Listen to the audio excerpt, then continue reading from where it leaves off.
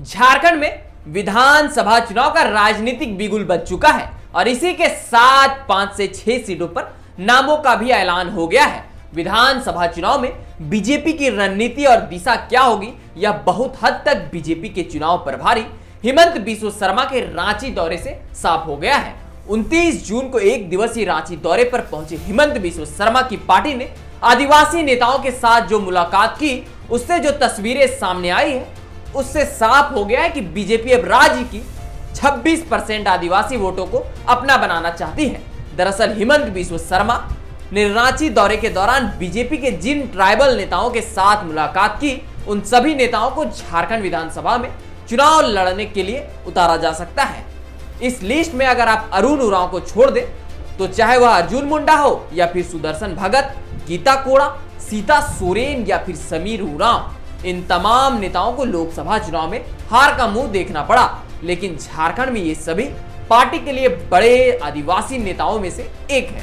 लोकसभा चुनाव में भले ही इन नेताओं का परफॉर्मेंस बेहतर नहीं रहा, लेकिन पार्टी इन सभी बड़ी चेहरों को विधानसभा चुनाव में जरूर उतारेगी, क्योंकि भाजपा लोकसभा चुनाव में एसटी सीटों पर हार की कहानी से आगे बढ़कर विधानसभा चुनाव की तैयारी में जुट गई है। इसके साथ ही 26% आदिवासी समाज के सामने एक बड़ा मैसेज भी दिया जा रहा है कि हम झारखंड का नेतृत्व करने के लिए आदिवासी नेताओं को चुन रहे हैं। दरअसल लोकसभा चुनाव के बाद यह कयास लगाया जा रहा था कि पार्टी के जिन बड़े नेताओं को हार मिली है, अब विधानसभा चुनाव में उनकी भूमिका क्या होगी। वैसे इन सभी नेताओं को अपने क्षेत्र में कैडर वोट पर अच्छी पकड़ है। फिलहाल सूत्रों में जो जानकारी मिल रही है कि हेमंत बिस्व शर्मा का रांची दौरा आला कमान के इसी मैसेज के साथ फिक्स किया गया था। तो चलिए आपको बताते हैं कि 29 जून को हेमंत बिस्व शर्मा ने जिन ट्राइबल नेताओं के साथ मुलाकात की, अगर उन्हें विधानसभा चुनाव में उतारा गया तो उनका क्षेत्र कौन सा हो सकता है।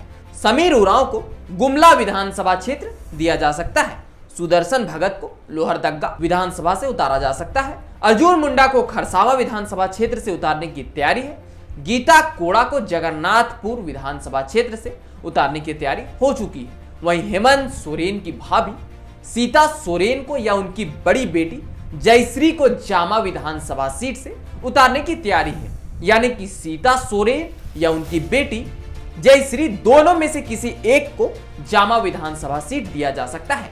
लेकिन सीता सोरेन लगातार 2 सीटों की मांग कर रही है, जहां से खुद एक तो सीता सोरेन लड़ना चाह रही है और दूसरे सीट पे अपनी बड़ी बेटी जयश्री को चुनाव लड़वाना चाहती है। लेकिन भाजपा इस पर सहमति नहीं जता रही।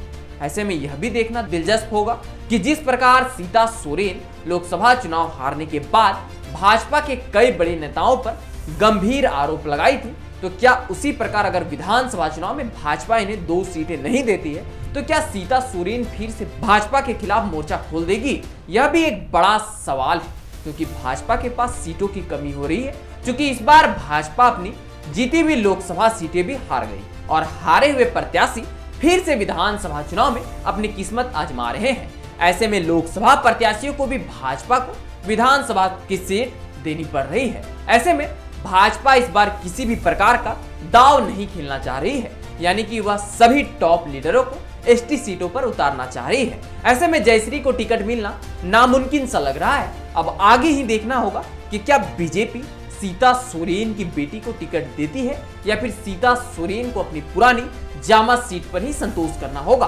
और शायद सीता सोरेन अपनी जामा सीट भी इस विधानसभा चुनाव में हार सकती है। अब देखना होगा कि जामा सीट को लेकर झामुमो क्या स्ट्रेटेजी अपनाती है। क्या झारखंड मुक्ति मोर्चा लोकसभा के जैसा ही विधानसभा में एक मजबूत चेहरा को उतारेगी? ऐसा होता है तो सीता सोरेन का राजनीतिक करियर खत्म हो जाएगा। और अंतिम में आते हैं अरुण उरांव। इनका भी टिकट कंफर्म है, पर अभी तक कौन से सीट से चुनाव लड़ेंगे यह तय नहीं हो पाया है। इस लिस्ट में अरुण उरांव ने फिलहाल कोई भी चुनाव नहीं लड़ा है। हालांकि उन्होंने लोकसभा चुनाव में लोहरदगा सीट से लड़ने की कोशिश की थी, लेकिन टिकट सुदर्शन भगत को दे दिया गया था। वैसे अरुण उरांव मूल रूप से गुमला के सिसई विधानसभा क्षेत्र के रहने वाले हैं। ऐसे में उनकी इच्छा लोहरदगा या फिर गुमला के किसी विधानसभा क्षेत्र से लड़ने की हो सकती है। और वहीं पूर्व प्रदेश अध्यक्ष ताला मरांडी का नाम भी फाइनल माना जा रहा है। हालांकि वह कौन सा विधानसभा क्षेत्र से लड़ेंगे यह तय नहीं हो पाया है। वहीं इस बार विधानसभा का चुनाव बाबूलाल मरांडी के नेतृत्व में ही लड़ा जाएगा। अब जब बाबूलाल मरांडी के नेतृत्व में ही विधानसभा चुनाव लड़ा जाएगा तो सवाल उठता है कि किन मुद्दों को लेकर चुनाव में आएगी बीजेपी। तो चलिए इन मुद्दों को भी आपको बतलाते हैं। विधानसभा चुनाव को लेकर मुद्दे की तलाश में जुटी भारतीय जनता पार्टी ने जन आंदोलन करने का निर्णय लिया है। इसके तहत राज्य के सभी जिलों में राज्य सरकार के खिलाफ पानी, बिजली, कानून व्यवस्था और भ्रष्टाचार जैसे मुद्दे पर प्रदर्शन करने का निर्णय लिया गया है। भाजपा के ऐसे 5 मुद्दे हैं जिन पर वह विधानसभा चुनाव लड़ने की तैयारी कर चुकी है। चलिए हम आपको 1 बाय 1 करके वह भी बताते हैं। पहला मुद्दा है राज्य में भ्रष्टाचार के मुद्दे पर आंदोलन तेज करने का फैसला। दूसरा, गिरती कानून व्यवस्था को मुद्दा बनाने की। और तीसरा, युवाओं को नौकरी देने में विफल रहने और सीजीएल परीक्षा प्रश्न पत्र लीक मामला पर मुखर होगी भाजपा। चौथा, महिला उत्पीड़न और प्रशासनिक लच्चर व्यवस्था का मुद्दा। पांचवा, संथाल में डेमोग्राफी बदलने का मुद्दा। तो ये 5 मुद्दे हैं। तो यह था भाजपा के मास्टर प्लान। इन्हीं मुद्दों को लेकर के भाजपा विधानसभा चुनाव में उतर रही है, लेकिन देखना होगा कि इन मुद्दों से जनता पर क्या प्रभाव पड़ता है, क्योंकि लोकसभा चुनाव में भ्रष्टाचार का मुद्दा भाजपा की ओर से अहम मुद्दा था। फिर भी इस मुद्दा का जनता के ऊपर तनिक भी असर नहीं हुआ और भाजपा अपनी जीती हुई सीटें भी हार गई। अब देखना होगा कि बाबूलाल मरांडी क्या झारखंड में एक बार फिर से भाजपा की सरकार बना पाती है या नहीं, और अगर नहीं तो बाबूलाल मरांडी का राजनीतिक करियर खत्म हो जाएगा और इसी के साथ भाजपा का झारखंड से पतन होना भी शुरू हो जाएगा। आप क्या सोचते हैं यह हमें कमेंट में जरूर बताएं, और अगर यह वीडियो आपको इन्फॉर्मेटिव लगे अपने दोस्तों के साथ शेयर जरूर करें और हमारे इस YouTube चैनल को सब्सक्राइब जरूर कर लें। तो चलिए मिलते हैं अगले इसी प्रकार के कुछ और वीडियो के साथ। तब तक के लिए आप सबों को जोहार।